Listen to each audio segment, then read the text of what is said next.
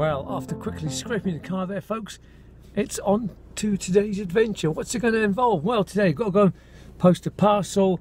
I have to go and look at a picture exhibition up in the Wellgate Library, and I also have to go and look at this grave again, see how they're getting on with that.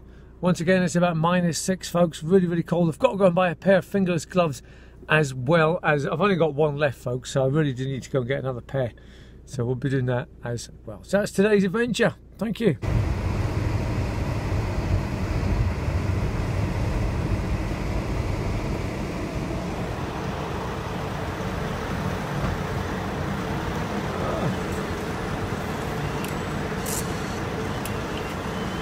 Thank you very much. Right, folks, so today's first task is to go and catch up on the grave, see how they're getting on with the excavations. Hopefully they've got down a little bit and we might be able to see some carvings on the side of this 16th century medieval grave, which should be quite exciting, folks. Now it's about 11:15, so let's go and see what's going on.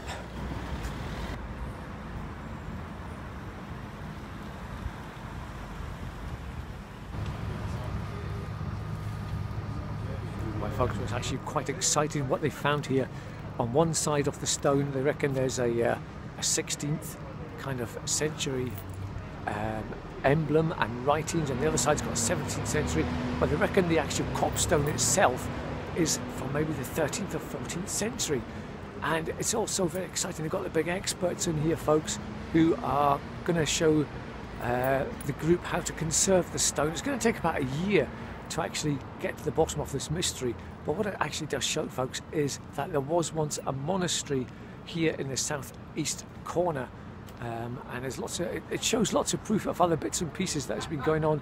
The lady, the very nice lady there, was telling me all about it. It's fantastic for Dundee's history. It really is an awesome discovery, and it's just going to get better and better as they kind of dig around and look around it. They've got the main guys in here from Edinburgh at the moment. They're all in here looking around. Thanks, guys. Operating around, so yeah. Right, folks, I'm here with Karen and Simon from the Howth. The Howth, what's it called? The Howth Committee, yes. Howth Conservation Group. Howth Conservation. They've been very, very hospitable and very kind to me, man. It's been awesome being here. And they've given me all the history and everything. It's fantastic. Thank you very much, guys. Thank you. This is quite exciting. The police have been called in because they found a bone. And here's the police. I'm actually going to send you that picture now, isn't it? Snipping the moss off here.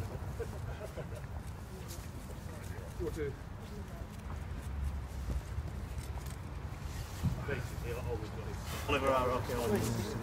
Find the bone, folks, so we seem to be on board. I know.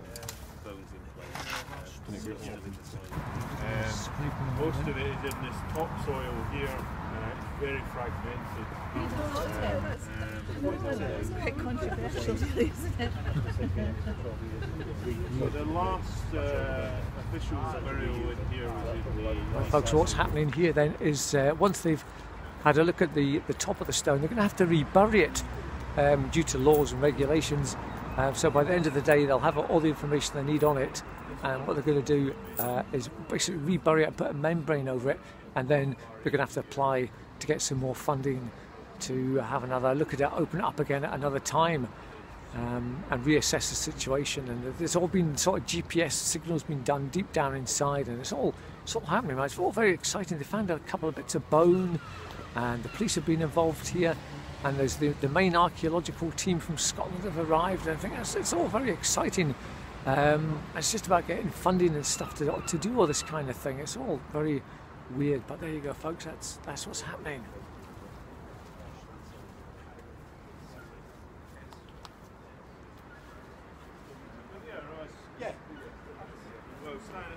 See where the initials are. What do you tell us? A C and an L? It's a C, but we think an L goes through it. All right. Okay. Yes. And then yes. Okay. And then further on from there, we think there's an R, because when we originally discovered this, there's a little bit of carving that was open that we could see. Yes. So as we've dug down, because the individual buried there is Christian Rutherford. Oh, so the C. So we think the C, and she was married to Lindsay. Ah, right. David Lindsay. So yes. C. Christian Lindsay Rutherford. Got you. Excellent. So that's how we think that is. Okay. Oh, thank you for yeah, that, okay, Simon. no problem. Excellent. Thank you. No. So I mean, we have nothing at all. And until what we've got to look at is.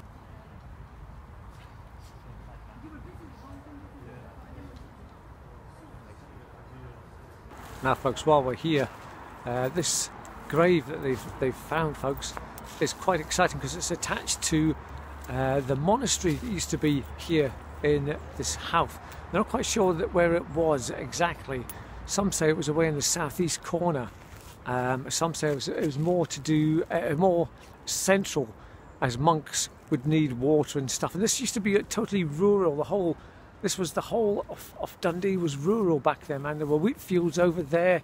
There would be a burn, the Scarian burn would have been running down there. So it all been very nice and pastoral and everything, folks. So none of these buildings would have been here. And the wall of the city would have just been down there as well, folks. It's excellent. You can see. Yeah, Make the out light and everything. bits, Yeah, yeah. it's great, isn't it? It's hard not to try and fill in the gaps, isn't it? Yes. I know you don't. Folks, here we go. Now, these cobbles, these paths, don't they just look kind of medieval to you, folks, these pathways here? Are they medieval? Well, in fact, folks, they're not. They were laid here in 1984, and these cobbles all came from the dock area because the docks had to be sort of made, be pushed back a bit, you know. So they just took all the old stones from there and they brought them up here. So there they are, folks. Look, these are from the docks, and it goes all the way around.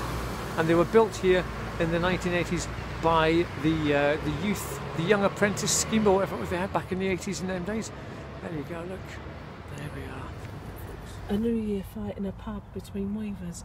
Oh, was it? So some things don't really change. No, He definitely not. imposed himself Yeah. on. He was a weaver and he imposed himself on a party because I found a newspaper clipping. Oh, did you? Right, okay, yeah. Oh, I didn't In the know local. that, is it? So, but you don't see barbarously murders Barbarously, look on. at that. No, barbarously murdered. Whoa, Yeah. that's a good one, man. So you don't see that very No, often. you certainly don't. Well, thank you for that. That's That's great, all right. Caroline. That's one of my- Karen, sorry. Well, folks, so it's getting quite industrious over there now.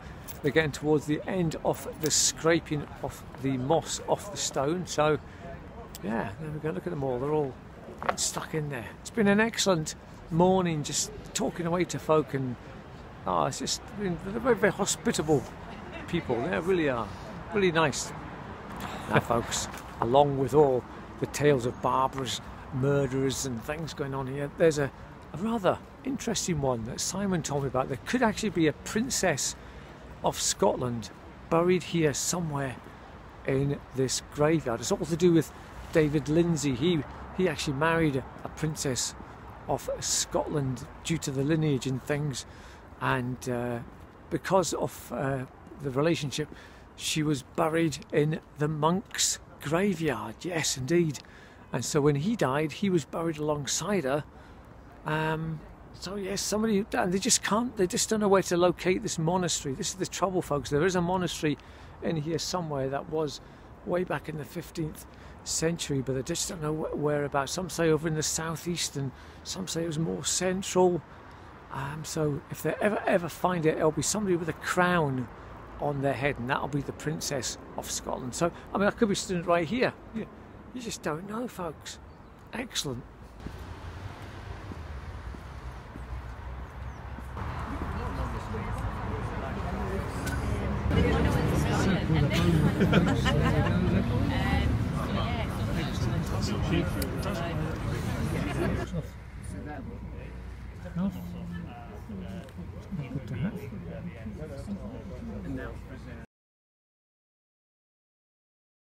Right, folks, so I've had to leave because it's just so cold, man, and I've got a couple other things to do. But remember now, do go to the Facebook Have Committee page and like their page, folks. And what a bunch of interesting people. They gave me loads of information about bits and pieces, man. So fantastic to meet the two Karens and Simon.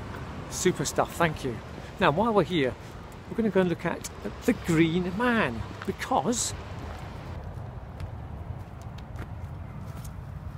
I was talking to Karen there, and I'm going to organise some sort of happening here in the summer, folks, where I'm going to come and sing my Green Man of Dundee song, which is on SoundCloud, folks. At least I think it's on SoundCloud. So there we go, the Green Man of Dundee. I'll be sitting here singing the song in the summer, folks. Yes, that'll be a good happening. Invite, get a few folk down here to maybe come and have a jam with us. Yes, what about a festive, not festive, what about just a summer jam? That'd be awesome, man, wouldn't it? Bring people down here with their instruments and we can all just have a bit of a groove out here, man. Yeah, sounds good to me.